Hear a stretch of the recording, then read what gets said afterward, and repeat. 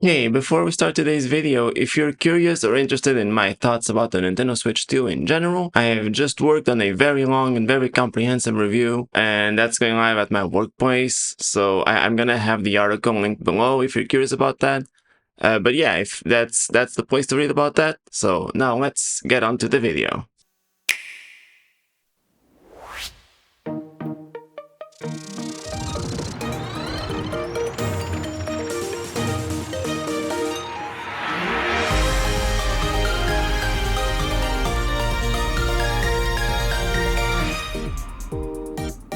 Nintendo Switch 2 Welcome Tour has been at the heart of a lot of controversy around the Switch 2 as a whole.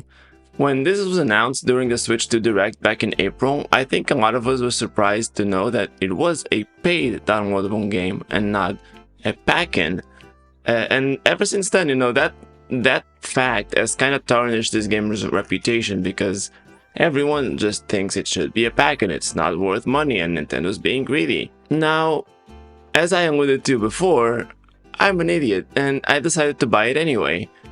And the thing is, I don't actually regret it. A lot of people think that Switch 2 Welcome Tour, and I think the title kind of helps with this, but a lot of people think that this game is a kind of introductory thing to the Switch 2 in general. And in reality, I don't really think that's the case. One description I've seen that I think is really fitting is that this is more like an interactive Ask the Developer interview. And now, if you don't know, Ask the Developer is a series of interviews that Nintendo does with the developers of its products, whether it's games or consoles, and they share a lot of background on how the game was developed, the mentality behind certain decisions, and it's a really cool insight into the design process of those products. The Switch 2 itself has had a couple of these interviews published. There was one on the console, one on Game Chat as a whole, and there was one on Mario Kart World. But this format with Switch 2 Welcome Tour is actually even a little bit more. So Welcome Tour is comprised of three types of experiences, and I kind of think that each of them targets a different kind of user at the same time. So there are minigames, there are tech demos, and then there's just the information boards and quizzes, which I'm considering one element. And I think each of these things is aimed at a different kind of person. It feels like tech demos, those are the only thing here that really feels like it's showcasing the console to a buyer that is just getting it for the first time.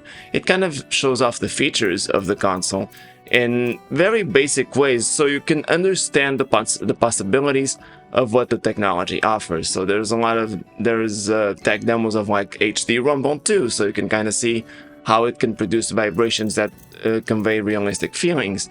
There's tech demos of HDR, so if you have an HDR compatible TV or if you use the screen on your console itself, you can kind of see how HDR enhances the experience.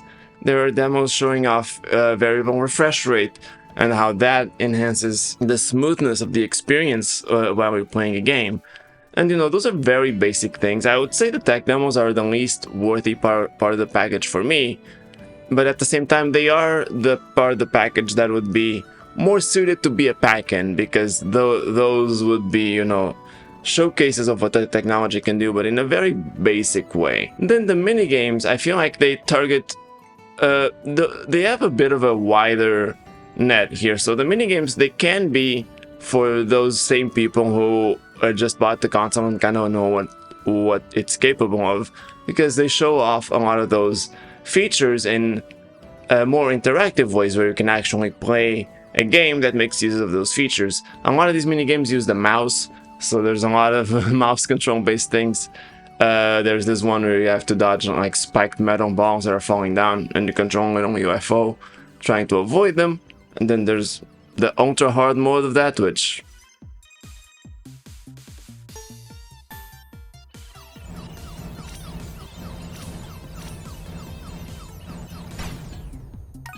yeah, and then there's other options. There's stuff that tests the touchscreen. The touchscreen supports 10-point multi-touch, so you can kind of like play Twister with your fingers, touching different points on the screen. It's actually really hard. But there's a lot of variety here in what the kinds of minigames that exist, and yeah, it can be good for those beginners and the people that just bought the console so they know what it's all about. But I think this is also what gives the game a lot of its worth if you're someone who likes to complete things, because there is a lot here. There are a ton of mini games available, and they actually get really challenging. Like, some of them are really, really hard. Like that nightmare mode, the UFOs dodging spiked metal balls. Like, they kind of say you can play that by yourself, but in reality, the way to beat that is to just have another person control one of the UFOs. And yeah, if you make it a 2-player game, I think it's a lot easier to actually survive. But it's really hard in some of them to get the 2 medals that they show you. And what you might not know if you don't actually play it or see someone play it is that there is actually a 3rd medal for every minigame that is way harder to get. So, you know, it's about, if the game is about getting doing something in a short amount of time, then the 3rd medal is like very, very short. You have to be very good at whatever it is to actually get that 3rd medal. So there is a lot here that you can actually spend a lot of time with trying to perfect. And I pretty much played this game all day last weekend on a Sunday, and I got, I think, almost all the 3 medal scores. But I did play this game just by itself almost all day, and that's what I spent the most time on, just trying to get the high scores needed to get on the medals. So there's something there if you like a challenge and you just like completing things, because you get on the medals and you kind of get to see them and it keeps track of your completion rate. It's kind of nice. Like, if you're something of a completionist, I think that's probably where you'll derive the most value from. I think it's where you'll get the most time out of this game, probably. It takes a while to actually perfect all of these scores to where you can get the 3 medals. I didn't even get the 3 medals in every game. There were a couple there that were just too hard for me. But yeah, there's a lot of variety. There's a lot of mini games. They showcase a lot of different features, like the HD Rumble, the mouse. Some of them even use the camera if you have one. That's optional. Some of them require the Pro Controller or the Joy-Con charging grip that has the GL and GR buttons on the back.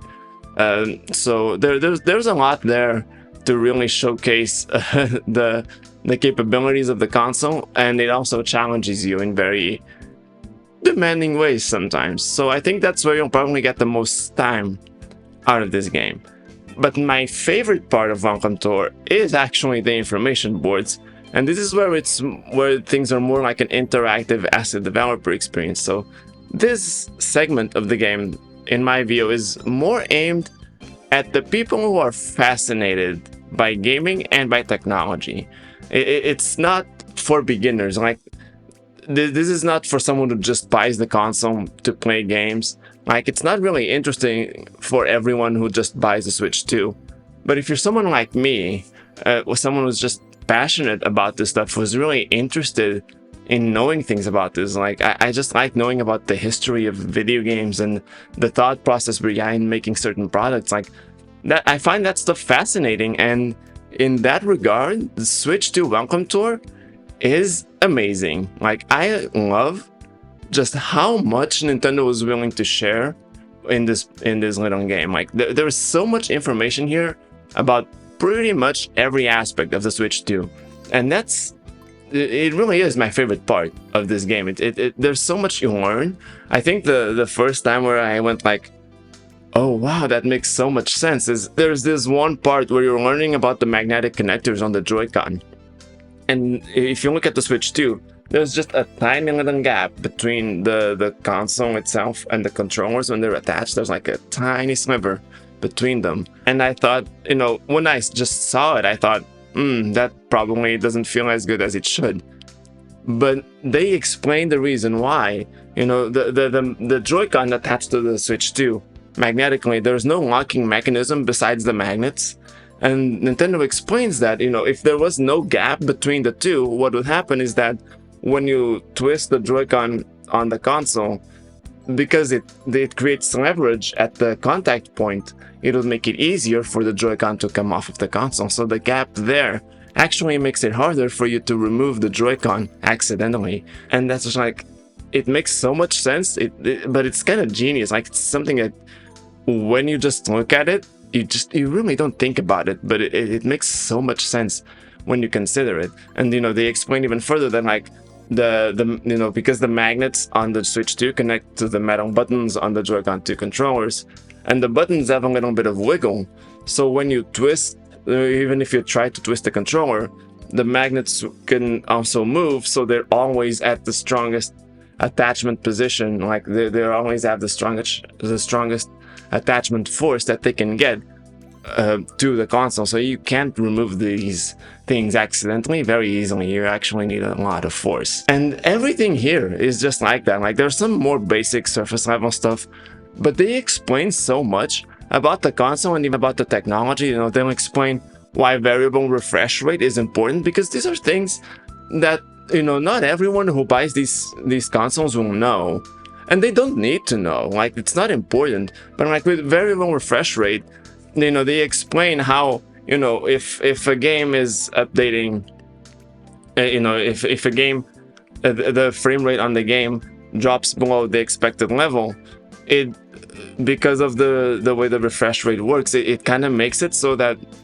if the refresh rate is fixed, the next frame after, when there's a little hiccup, the next frame is actually much more delayed. It can look very jittery because it needs to wait for the next time the screen updates. And with variable refresh rate, they explain that the screen will only update when the next frame is ready to be shown. The things are matched perfectly, so that way the image, even if the frame rate drops, things always look smooth because the images are always presented as soon as they're ready, instead of waiting for the next refresh of the screen. And that makes like those explanations that make things understandable to everyone. They take these concepts and these things that you might not know about, and they just explain them in very clear ways and with examples and everything. And they do this for almost everything about this console. And that, a lot of things I already knew, but it's just so fascinating to see how open Nintendo is about this stuff, like sharing all of these details about their design process and how things are better, or how they might have had to give something up to achieve another goal that they may have had. They go into all of this to explain why they designed things the way that they did. They even acknowledge like, yeah, the Switch 2 doesn't have an OLED screen. The colors are not as vivid as on the Switch OLED model. But there's a lot of things that are good about the Switch 2 screen, like having HDR support and the high refresh rate and things like that. So they kind of, they are very open about everything.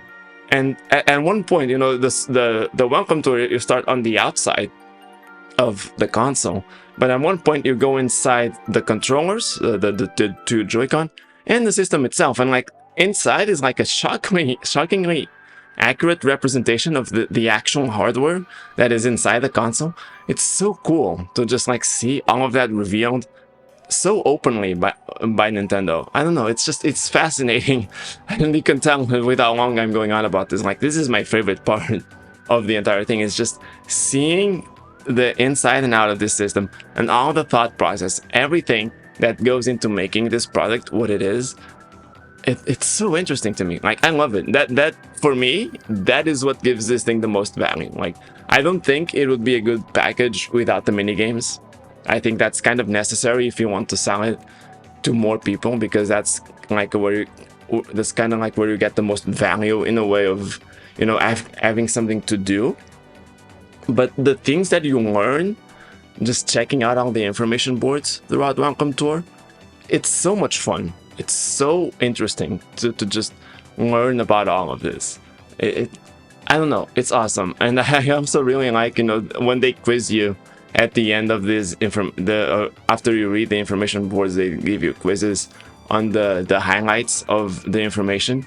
And I like how they always have like a super silly option. Like, there's this section about the speakers, where they explain that the speakers are enclosed in a little sealed box to make sure that the sound can only come out through the speaker vent grills towards you, so you can hear the audio with as much quality as possible. And those boxes that contain the speakers, they're surrounded by little cushions around them, so when the box vibrates to generate sound, it doesn't vibrate the other components, because that would create more muddy noise. It kind of make things sound kind of rattly. So there's discussions, but when they when they quiz you about this, one of the options in the quiz is that what's around the boxes are thin slices of bread, and I just think that image is really funny. I don't know. I think that's kind of interesting. But yeah, I just love so much about this. At one point, you can even go inside the processor of the Switch 2. You can see the two memory modules and the main chip separately. Like, it's so cool how much Nintendo is willing to share about all of this. Like, it's just fascinating. So for me, someone who loves gaming, who loves Nintendo, and who loves technology, this is amazing. Like, for $10, I absolutely do feel like I got my money's worth out of that purchase. And at the same time, I really do think that making this a pack-in, it would be nice. Of course, I would rather not spend money, but I think the things that are offered here, they're really not for everyone. Like, the only thing that is really for everyone, that has value for everyone, I feel like, or for someone who's buying the console not really knowing what it's about, are the tech demos. But it's not really enough value to make it worth much. And I think having everything else here, most people would just ignore that it was in the package, and they might just think, and in some cases they might even just think, this is boring, this console doesn't have anything interesting to it because this is the package. So I think by selling it, they're already limiting the audience to people like me who are just really interested in this kind of stuff. Like, you don't have to buy this if you don't think it's worth it, and that's totally fine. But for someone like me, I think having this available is totally worth it. And it's like, I've spent $10 on worse things that lasted me last time. So yeah, I don't know. I think Welcome Tour is worth $10. It might not be for you, and that's totally fine. But for me, I absolutely do not regret buying Welcome Tour. And I think if you're someone who thinks that they're curious about this stuff, then you absolutely also should give it a shot, because there's a lot in here that you can learn about the console. Of course, someone can just put all of this information online and then you don't have to buy it. Sure. But I just think, it's really cool how Nintendo is so open about this, with all the animations and all the examples and everything that they give to convey all of this information about the Switch 2. I don't know, to me, it's awesome. So yeah, that's my very hot take today. Switch 2 Welcome Tour is worth the money, and it probably should not be a pack-in. It's probably for the better that it isn't, because if you don't like it, you don't have to buy it. And if it was packed in, it could actually hurt your perspective on the console, because there's a lot here that isn't for everyone.